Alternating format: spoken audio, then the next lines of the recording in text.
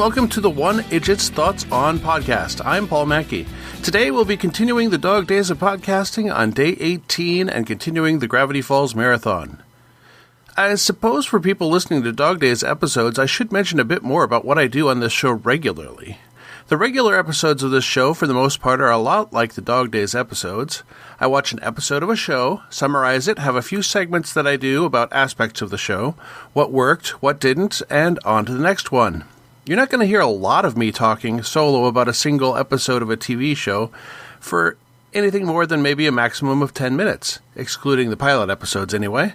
For many of the shows I do, I've seen a few episodes, but the majority of the series is still fresh. I want to watch each show in order, episode by episode, and I have a variety of shows that I'm looking at. Currently, aside from Gravity Falls, I've been watching popular detective show The Rockford Files from the 70s, and the single-season Whiz Kids from CBS 1983-1984 season. Also, with my wife Darcy, there's Muppets Mayhem, which we've not gotten back to recently, but will resume in the fall. In the past, I also covered the short-lived spin-off sitcom That 80s Show, and the Canadian workplace/curling sitcom Men with Brooms.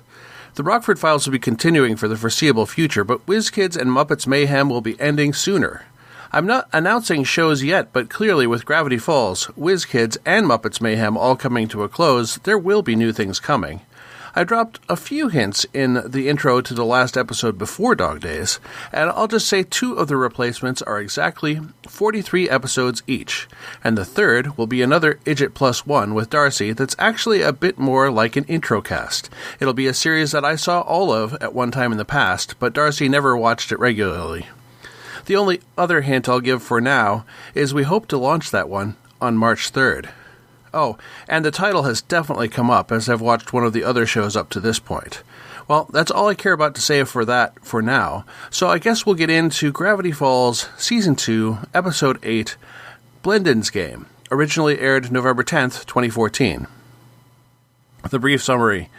In the year 207012, and I'm not sure how to pronounce a 7 with a tilde over it, someone is escaping the infinitentiary. It turns out to be Blendin from the Time Traveler's Pig episode. The guards catch him, and he shouts, "I invoke Globnar," which apparently allows him to accuse anyone in time and space of an offense against him, and therefore fight them in an arena battle. He accuses the Pines twins of ruining his life. At the shack, Seuss helps the kids get free candy with his Fonz maneuver, then he gets out his wallet and buys some the traditional way. Stan calls him away, and he leaves his wallet on a table. Dipper sees this and grabs the wallet to make sure it gets back to Seuss. Mabel gets snoopy, however, and she looks through the contents. We learn that Seuss's full name is Jesus Alzamirano Ramirez. He carries a loyalty card for laser tag, and as well as some emergency salami, and we also learn his birthday is July 13th, which happens to be that very day. They throw an impromptu surprise party for Seuss, but when they look at a Polaroid group photo that they took, they notice that Seuss looks pretty unhappy.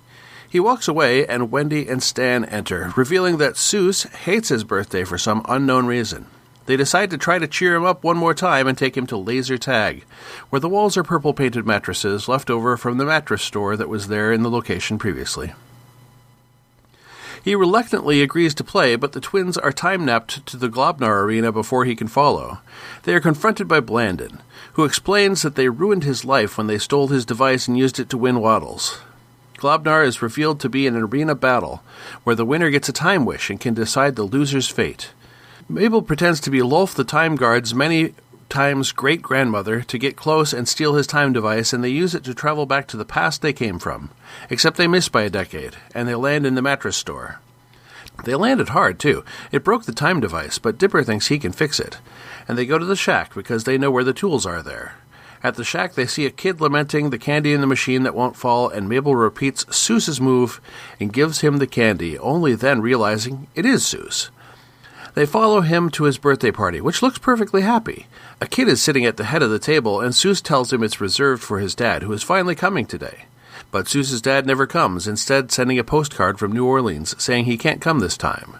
When he drops it in a shoebox full of similar postcards, the twins realize they just saw Seuss discover his dad wasn't coming, possibly ever again. They don't know how to fix this, And then the time guards and Blendin approach. They overhear Blendin complaining, and the guard saying he'd retire and spend more time with his kids if he had a time wish, only to have Blendin explain that's a dumb use of a time wish because a time wish can solve any impossible problem, literally anything. The twins surrendered to Globnar, knowing they could possibly win the time wish for Soos. After a series of battles, the score is practically tied, with Blendin up by a single point, and they have to play the final round, fighting the ancient art of laser tag. The one who touches the victory orb first wins. Dipper shoots Blendin multiple times while Mabel reaches the victory orb. They feel bad for Blendin, even though he's threatened them in multiple ways. For the fate of the loser, they say he should be given his time correction job back and get pretty hair. They declare, then, that they got the time wish for Soos. At the Big Guns laser tag, meeting with Soos, the twins are bruised and dirty, and they tell the whole story, presenting him with the ability to alter time in any way paradox-free. The twins say he could choose it to reunite with his dad. Soos puts his hand on the time wish sphere, and in a flash, the twins are clean and unharmed. He says he fixed them up because he realized his dad never cared enough to show up, and the twins traveled through time and space to fight in an arena to make him happy. Soos realized he wanted to spend birthdays with people who care about him, so he fixed them up. Blendin is incredulous. A time wish for anything at all, and he just wasted it? Then Soos reveals he also wished for an infinite pizza slice, and demonstrates, eating half a slice of pizza and having it magically regenerate. Blendin approves of this. They happily play laser tag to end the episode. Very cartoonish? I declare infinite pizza slices to be very cartoonish. And is that okay? The Digicod, gonad kicks, and defensive cod pieces on the Disney Channel? Huh. And my favorite line... Whoa! Oops, sorry. My friend thinks you're cute. Oh my gosh! Tambry! Shut up! Hey! Thank you. I mean, you're super young, so this is weird. Now you know how she feels, creep. Yeah, Wow. Now, that was a close one. I also wanted the eating candy without unwrapping it and all of the associated coughing and sound effects. And also the Soos I need to scratch 2 places at once from Stan. Because obviously Stan only has Scratchy available. Because Shaky doesn't play that. Who is? Greg Turkington plays Toby Determined, the local reporter revealed to be moonlighting as an entertainment dancer during this episode. Greg was born in Darwin, Australia, to American parents, and he was raised in Tempe, Arizona, followed by San Francisco. In San Francisco, he ran the music zine Breakfast Without Meat and performed in punk bands.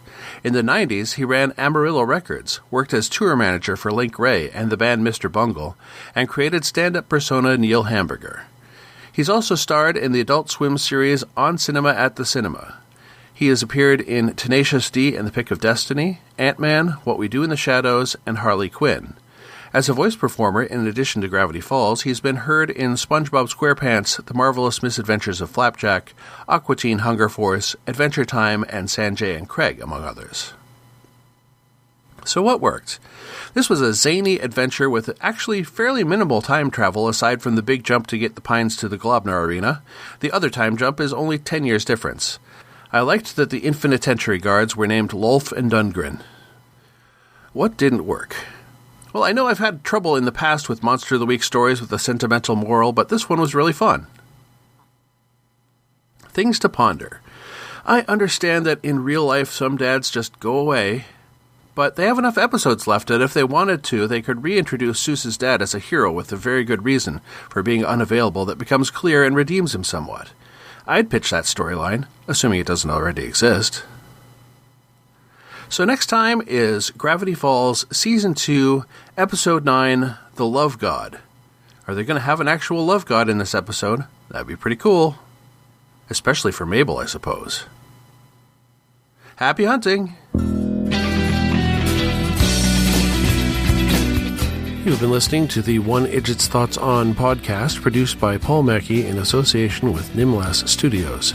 Any short clips of audio from shows is included under fair use for commentary purposes, and copyright for that content remains with its original copyright holders.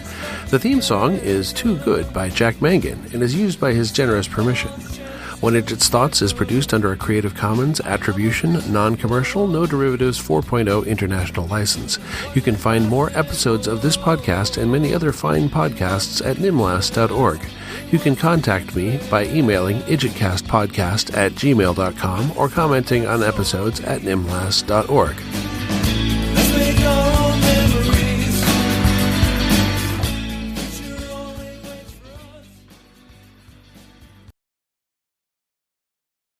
I think it's really the unitard that's showing me off. Straw hat, cane, bow tie, and old-timey suit. That's the better way to go.